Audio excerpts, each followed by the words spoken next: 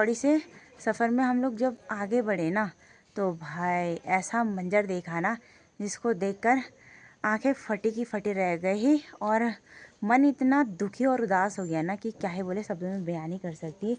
ठीक ऊपर वाली जगह पे है जी मेरा मायका वाला घर, और हमारे घर के ठीक नीचे इन सीढ़ी नुमा खेतों में ना देखिए मोटा अनाज बो रखा है।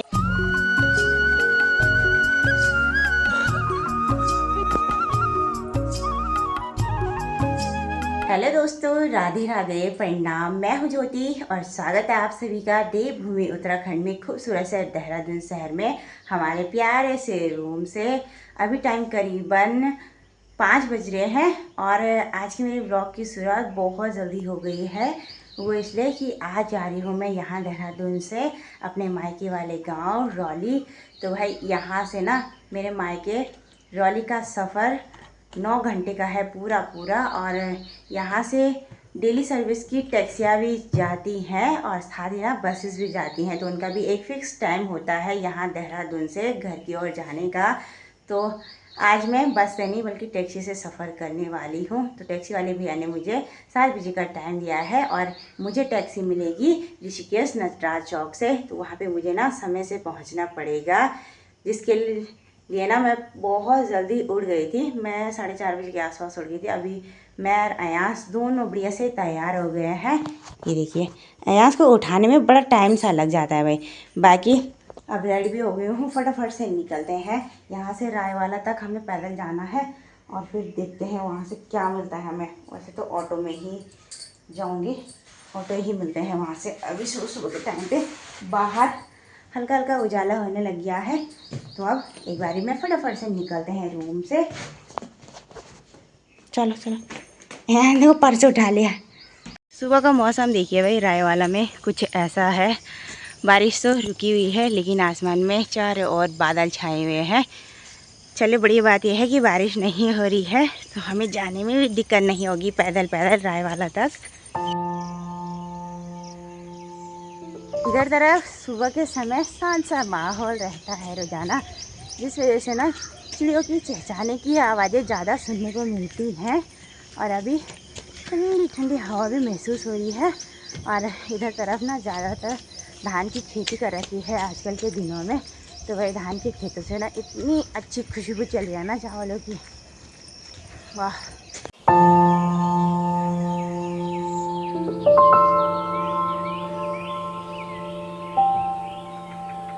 रायवाला से एक बस मिल गई थी हमें यहाँ ऋषिकेश तक आने के लिए। अभी मैं चंद्रभागा पुल पर उतर गई हूँ और देहरादून से टैक्सी वाले भैया डोईवाला तक आ गए हैं। अब थोड़ी देर यहीं पे उनका इंतज़ार करेंगे। पुल के ऊपर की तरफ बड़ी सी नदी बह रही है। ये नदी ऊपर पहाड़ों से होते हुए यहाँ तक आती है और ठीक नीचे गंगा नदी में मिलती है। पिछले दिनों खूब बारिश हुई, बारिश के चलते ना नदी का देखिए जल स्तर इतना ज़्यादा बढ़ गया था कि मलबा देखिए इधर उधर से हो रखा है। और सामने तरफ का व्यू देखिए बहुत ही सुंदर सा है भाई, अभी सुबह सुबह के टाइम पे। आज का हमारा सफ़र यहाँ ऋषिकेश से तिलिचरण तक का बहुत ही लंबा 200 से 250 किलोमीटर तक होने वाला है। बहुत ज़्यादा दिक्कतें होती है भाई मुझे पहाड़ों में सफ़र करने में, और अयान को भी इतनी ज़्यादा उल्टियाँ होती हैं कि क्या ही बोलें। जाना ज़रूरी था इसलिए जा रहे हैं। वैसे आजकल बरसात के दिनों में ऊपर पहाड़ों की ओर सफ़र करने में ना बहुत ज़्यादा परेशानियाँ भी होती है। लगातार हो रही बारिश के चलते पहाड़ गिरते ही जा रहे हैं और इस मौसम में लैंडस्लाइड तो इतनी ज़्यादा होती है और रोड पे पत्थर गिरने का खतरा भी साथ साथ में बना रहता है। लेकिन क्या करें, जब जाना ज़रूरी होता है तो जाना ही पड़ता है। फिलहाल के टाइम पे हम यहाँ पुल पर बैठे हुए हैं, टैक्सी वाले भैया का इंतज़ार कर रहे हैं। देखते हैं कितना टाइम इंतज़ार करना पड़ता है हम लोगों को। चलो जी, अपनी टैक्सी भी आ गई है, ये सामने वाली देखिए। आज के खूबसूरत से सफ़र की शुरुआत करते हैं भगवान श्री केदारनाथ के जय जयकारी के साथ। तो हर हर महादेव, हमारी यात्रा मंगलमय हो। बारिश के दिनों में पहाड़ों में कोहरा बादल ही दिन भर लगे रहते हैं और साथ ही इन पहाड़ों में खूब सारे झरने, नदी नाले उफान पे भी रहते हैं और नज़ारे चारों ओर के बहुत ही खूबसूरत से नज़र आते हैं। अभी टाइम करीबन 8:30 हो रहा है और सफ़र में आगे बढ़ते हुए हम लोग बढ़िया से करके पहुंच गए हैं तीनधारा। और यहाँ पे हमने अपना पहला स्टॉप भी ले लिया है। यहाँ पे ना नाश्ते, लंच और डिनर की बहुत ही अच्छी व्यवस्था रहती है आने जाने वाले सभी यात्रियों के लिए। तो अब एक बारी में ठीक सामने वाले होटल में जाकर ब्रेकफास्ट कर लेते हैं। भूख भी ज़ोरों से लग गई है, सुबह से कुछ भी नहीं खा रखा है। आज ऋषिकेश से लेकर शिवपुरी तक का जो रूट है ना वो तो बिल्कुल क्लियर था। बाकी ऊपर पहाड़ों में जैसे जैसे आगे बढ़े हम लोग थोड़ा सी वैसे ना ये टोटा घाटी वाली रूट पूरी ख़राब हो रखी है। पूरे रूट में बहुत ज़्यादा संख्या में लैंडस्लाइड भी हो रखे हैं, साथ ही साथ बड़े बड़े पत्थर भी गिरे हुए हैं। भाई ऊपर पहाड़ों में ना सफ़र करने में डर सा भी लग रहा है भाई आजकल के दिनों में। चलिए भोले बाबा अपनी कृपा बनाए रखें, हमारा सफ़र मंगलमय करें, है ना, क्या ही बोल सकते हैं। बाकी अब एक बार में फटाफट ब्रेकफास्ट कर लेते हैं। यहाँ पे देखिए काफ़ी सारी गाड़ियाँ भी रुकी हुई हैं और सभी लोग ना मस्त करके यहाँ पे ब्रेकफास्ट करें। चले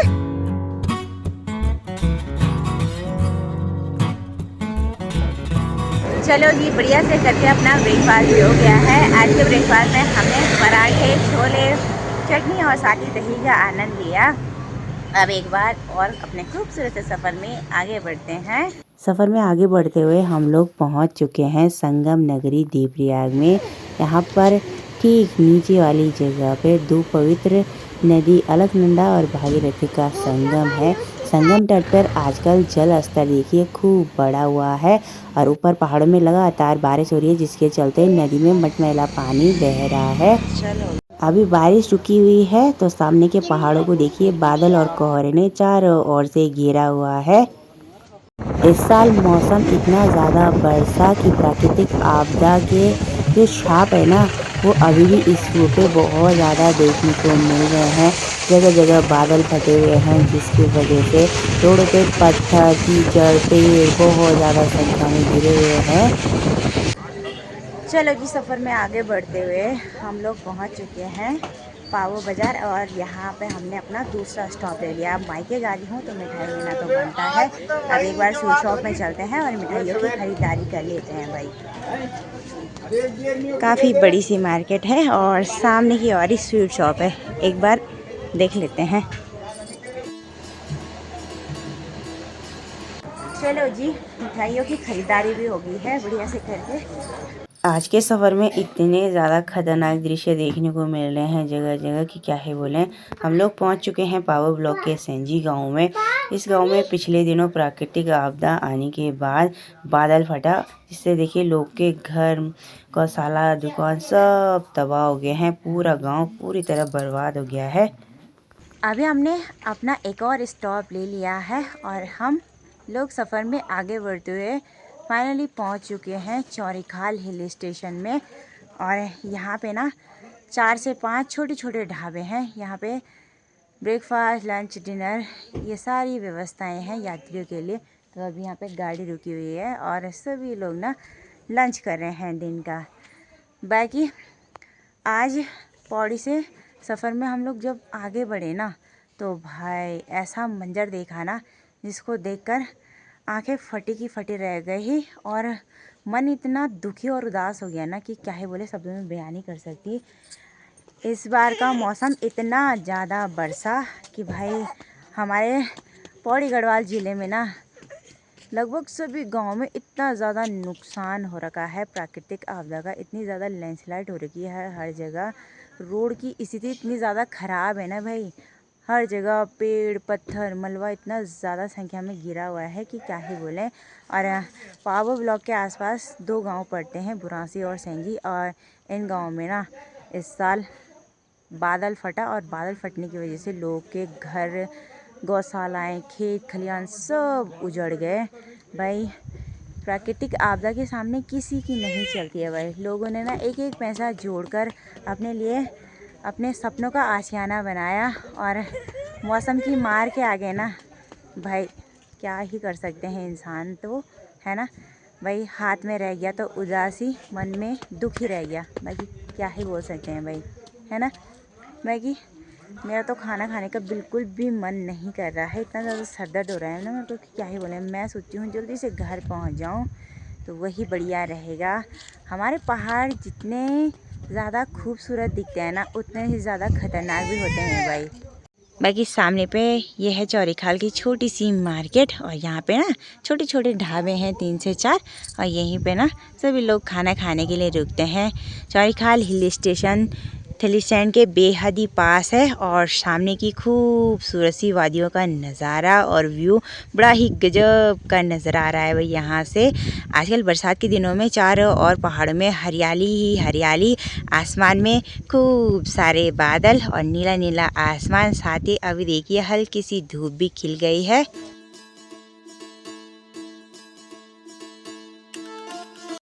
चौरीखाल अपने आप में ही बेहद ही खूबसूरत सी जगह है। वो इसलिए ये जगह ना हिमालय में काफ़ी ऊंचाई पर है, और यहाँ ना साल भर ठंडा माहौल रहता है। गर्मी तो यहाँ पे बिल्कुल भी नहीं पड़ती है।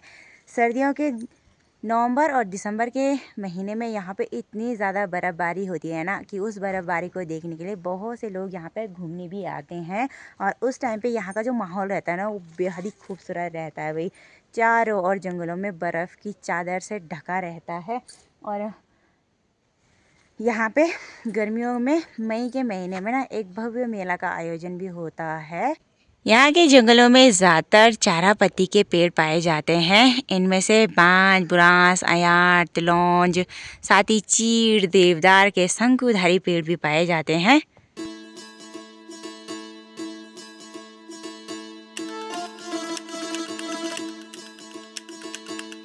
आज मौसम ने इतना लंबा सफ़र तय करने में बढ़िया सा साथ दिया। बिल्कुल भी बारिश नहीं हुई, जिसके चलते हम लोग ना भगवान श्री केदार की कृपा से बढ़िया से करके अपने गांव बांदड़ियों के स्टॉप पे फाइनली पहुंच चुके हैं। और अभी के टाइम पे मैं गाड़ी से उतर गई हूँ। टैक्सी वाले भैया भी वापस ही चले गए हैं। यहाँ बांदड़ियों के इस स्टॉप से अब ये पैदल पगडंडी वाला 200 मीटर का रास्ता ठीक ऊपर वाली पहाड़ी तक, जहाँ पे हमारा घर है, वहाँ तक जाता है। अब यहाँ से हमें 200 मीटर पैदल जाना पड़ेगा, है ना? यहाँ से कैसे लग रहा है नानी के गाँव आके? अच्छा लग रहा है भाई। शहरों की भीड़ भाड़ और रस वाले माहौल को छोड़कर हम लोग पहाड़ों की ओर जब भी आते हैं ना तो मन को एक अलग ही सुकून और शांति का अनुभव होता है। यहाँ की हरियाली मन को मोह लेती है, और यहाँ का जो वातावरण है बिल्कुल शुद्ध रहता है। चारों ओर की खूबसूरत सी पहाड़ियाँ इतनी ज़्यादा क्रिस्टल क्लियर देखने को मिल रही है ना भाई, ये नज़ारे बिल्कुल भी शहरों में नहीं देखने को मिलते हैं। शहरों में जहाँ देखो गंदगी और धुंध ही धुंध देखने को मिलती है। बाकी इस तरफ मौसम बिल्कुल सुहावना सा है। देखिए आसमान में चारों ओर बादल भी लगे हुए हैं हल्के हल्के, और नीला नीला आसमान ऊपर की ओर बहुत ही सुंदर सा नज़र आ रहा है। चलिए अब फटाफट से चलते हैं घर की ओर। सामान ज़्यादा नहीं है मेरे पास, तो इसलिए मैंने माँ को भी नहीं बुलाया आज, है ना।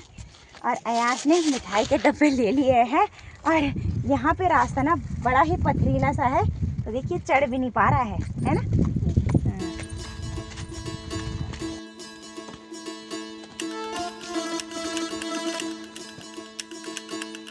ठीक ऊपर वाली जगह पे है जी मेरा मायका वाला घर, और हमारे घर के ठीक नीचे इन सीढ़ी नुमा खेतों में ना देखिए मोटा अनाज बो रखा है। इन खेतों में झंगोरे की फसल है, और यहाँ पे देखिए झंगोरे की बालियाँ कितनी बड़ी बड़ी हो रखी हैं।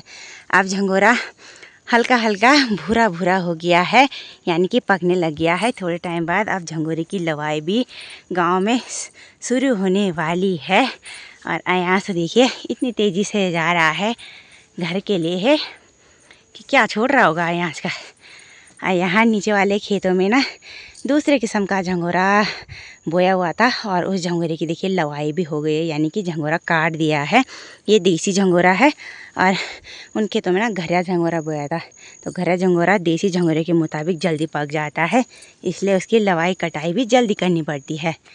बाकी इस पैदल रास्ते के अगल बगल देखिए हरी हरी घास भी हो रखी है भाई। ऐसे रास्तों में चलने में ना थोड़ी सी सावधानी भी बरतनी पड़ती है आजकल बरसात के दिनों में।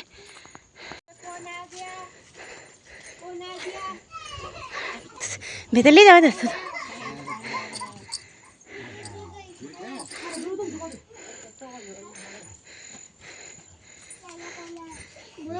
प्रणाम। प्रणाम अंशी, ठीक है?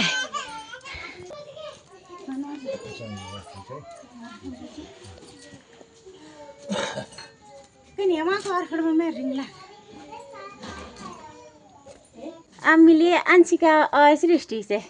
कंची तो बांध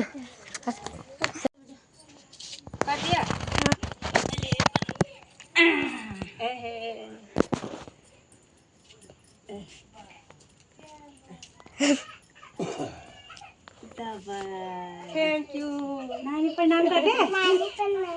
पाँव से करो, पाँव से प्रणाम कर दिया। जीते रहो।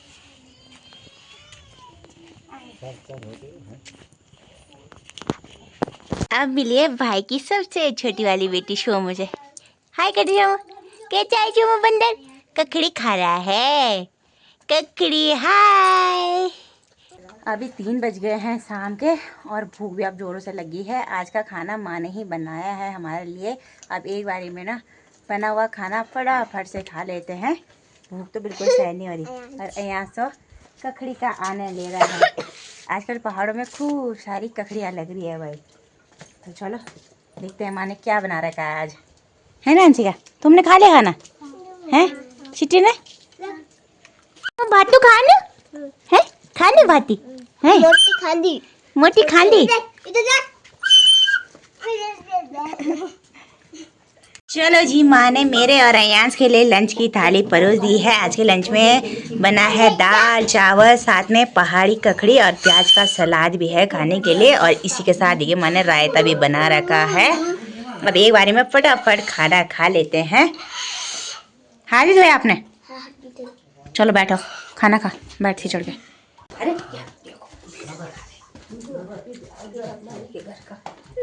दिन का स्वादिष्ट सा लंच करने के बाद मैंने 1 से 1.5 घंटे आराम किया। शाम के लगभग अभी 6 बजे का टाइम हो गया है और आंगन में सारे बच्चे देखिए मस्त से खेल रहे हैं। और हमारा शिबू तो अभी मस्त से करके सो रहा है। भाभी घास के लिए गई हुई है और मम्मी पापा तो घर पे ही है। आजकल हमारे घर के चारों ओर का माहौल काफ़ी हरा भरा हो रखा है। सामने देखिए यहाँ पे है जी ये पहाड़ी काकड़ी की झाड़ी और इस पे देखिए बहुत सारी संख्या में काकड़ी लगी हुई है।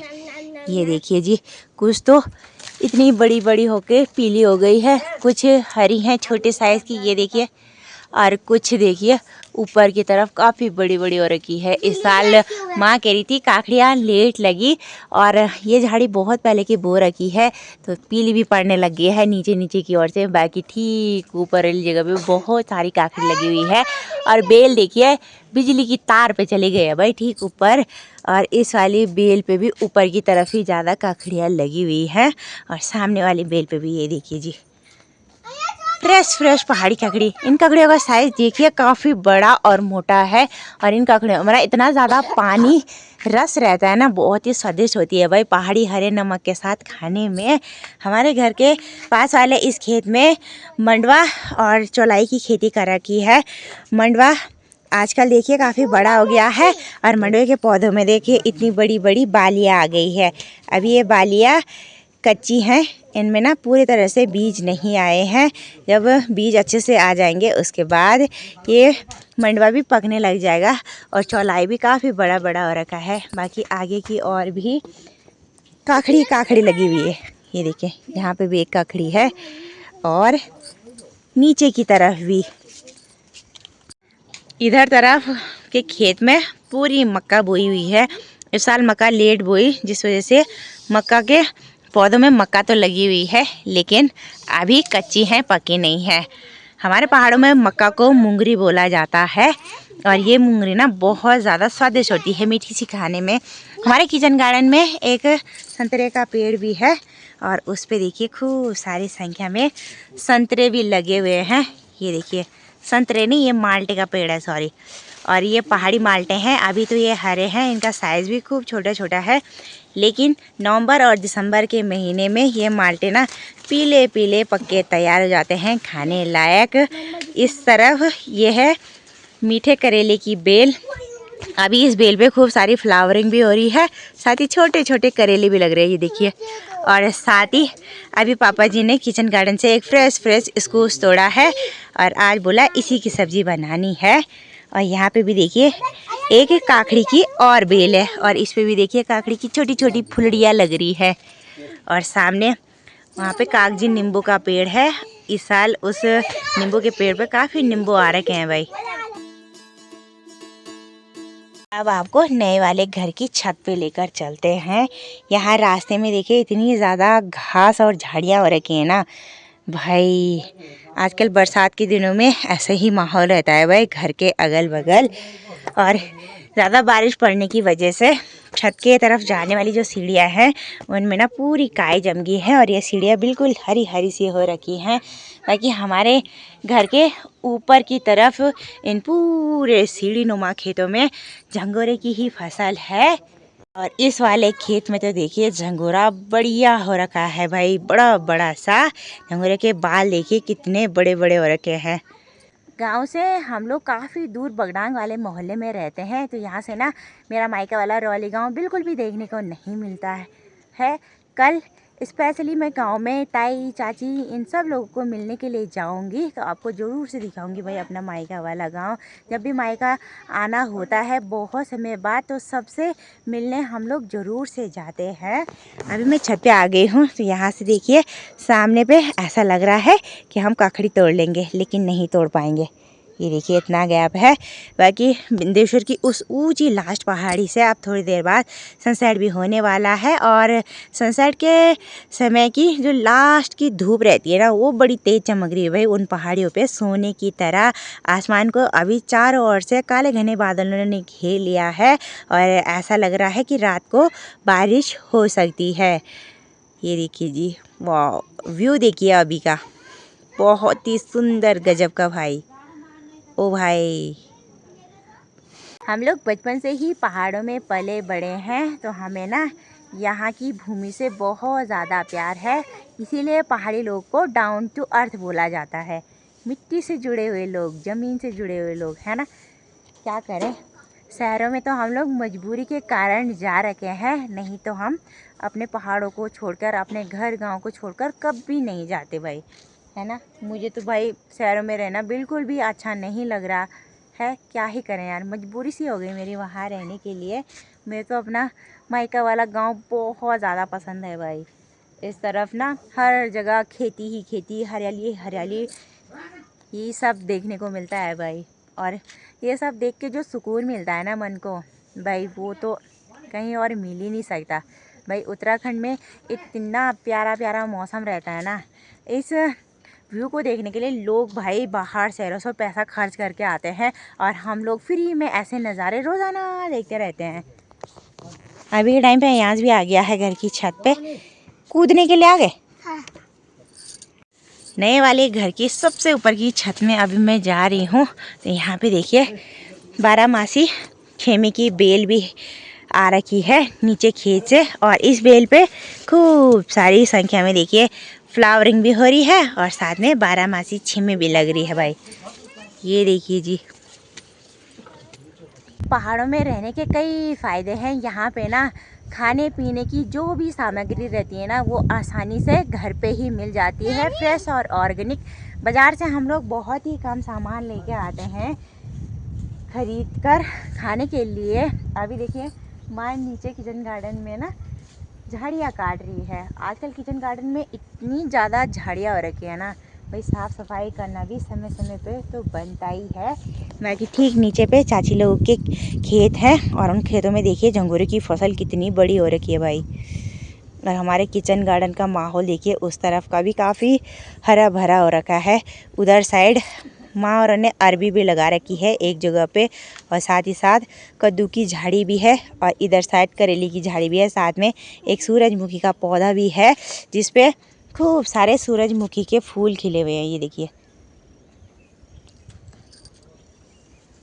और दीवा की ओर से देखिए मौसम उधर से भी गड़बड़ी है भाई पूरा। और अभी ठीक सामने वाली जगह से धूप बादलों के पीछे जा चुकी है।